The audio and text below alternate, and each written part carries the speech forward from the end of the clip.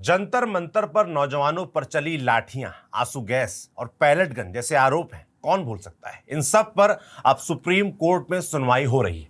तय किया जा रहा है कि अगर किसी प्रदर्शन के दौरान हालात बिगड़ते हैं तो पुलिस की कार्रवाई की सीमा क्या होनी चाहिए।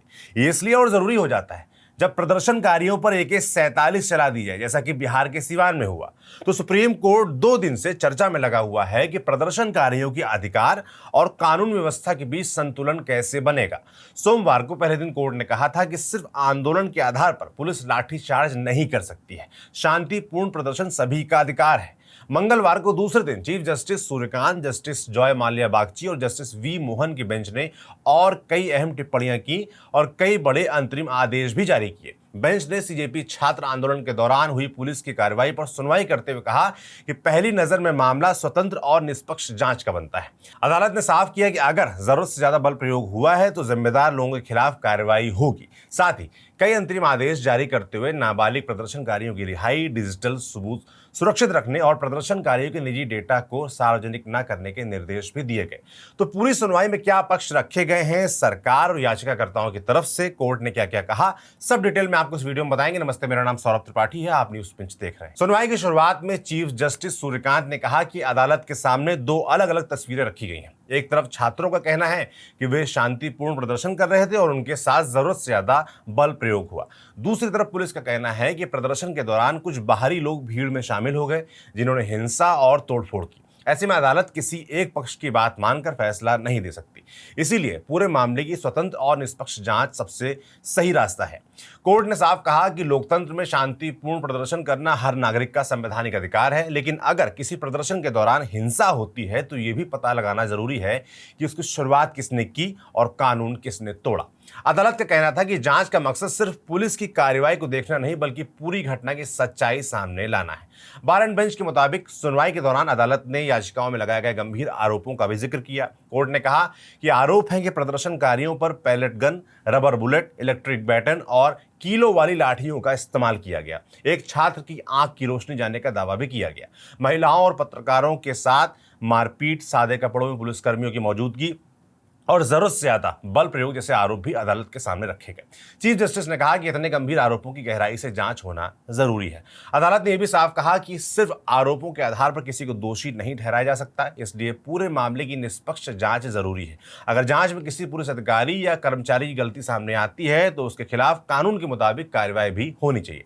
इसी वजह से सुप्रीम कोर्ट ने पूरे मामले की जांच के लिए स्पेशल इन्वेस्टिगेशन टीम यानी SIT बनाने का संकेत दिया।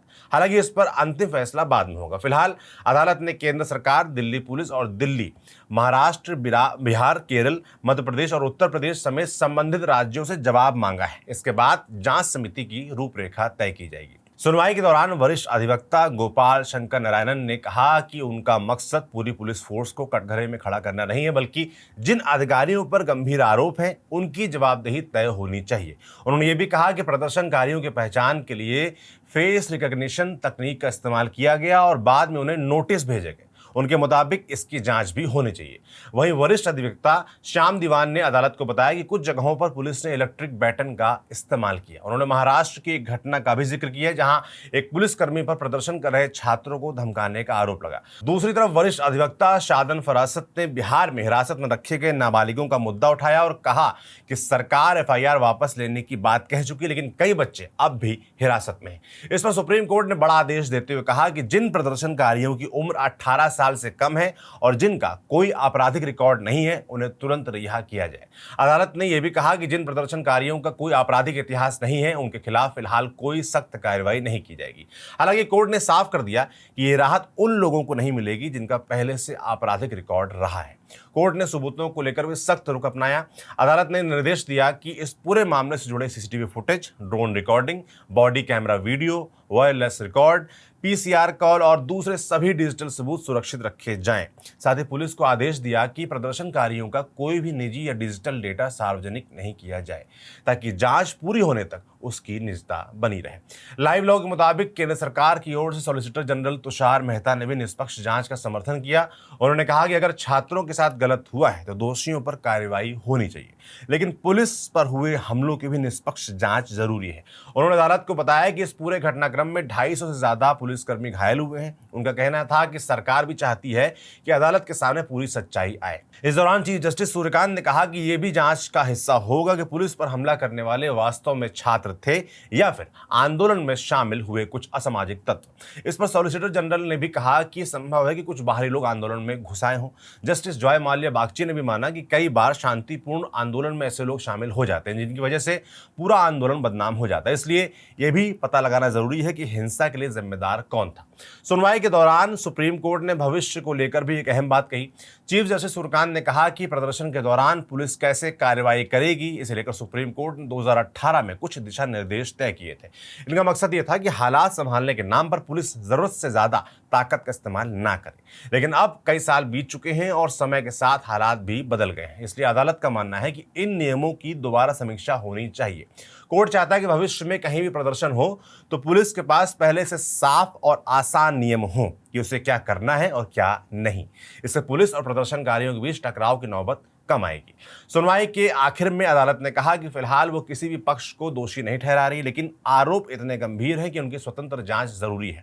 अब इस मामले की अगली सुनवाई 3 अगस्त को होगी। तब तक केंद्र सरकार, दिल्ली पुलिस और जिन राज्यों को नोटिस जारी किया गया है वो अपना जवाब दाखिल करेंगे। इसके बाद सुप्रीम कोर्ट तय करेगा कि हाई पावर्ड जांच समिति का गठन कैसे होगा, उसमें कौन कौन शामिल होगा और जांच किस तरीके से आगे बढ़ेगी। कुल मिलाकर जंतर मंतर पर जो हुआ उसकी जांच होना ऐसा लग रहा है कि तय है। अब जांच में क्या निकलेगा, जांच कौन करेगा, क्या नहीं करेगा, सुप्रीम कोर्ट की अगली सुनवाई में क्या होता है, इस पर हम नजर बनाए रखेंगे। जो भी अपडेट होगा आप तक पहुंचाएंगे। मेरा नाम सौरभ त्रिपाठी, इसे लिखा था हमारी साथी खुशबू ने, कैमरे के पीछे अनुराग है। देखते रहिए न्यूज़ पिंच। शुक्रिया।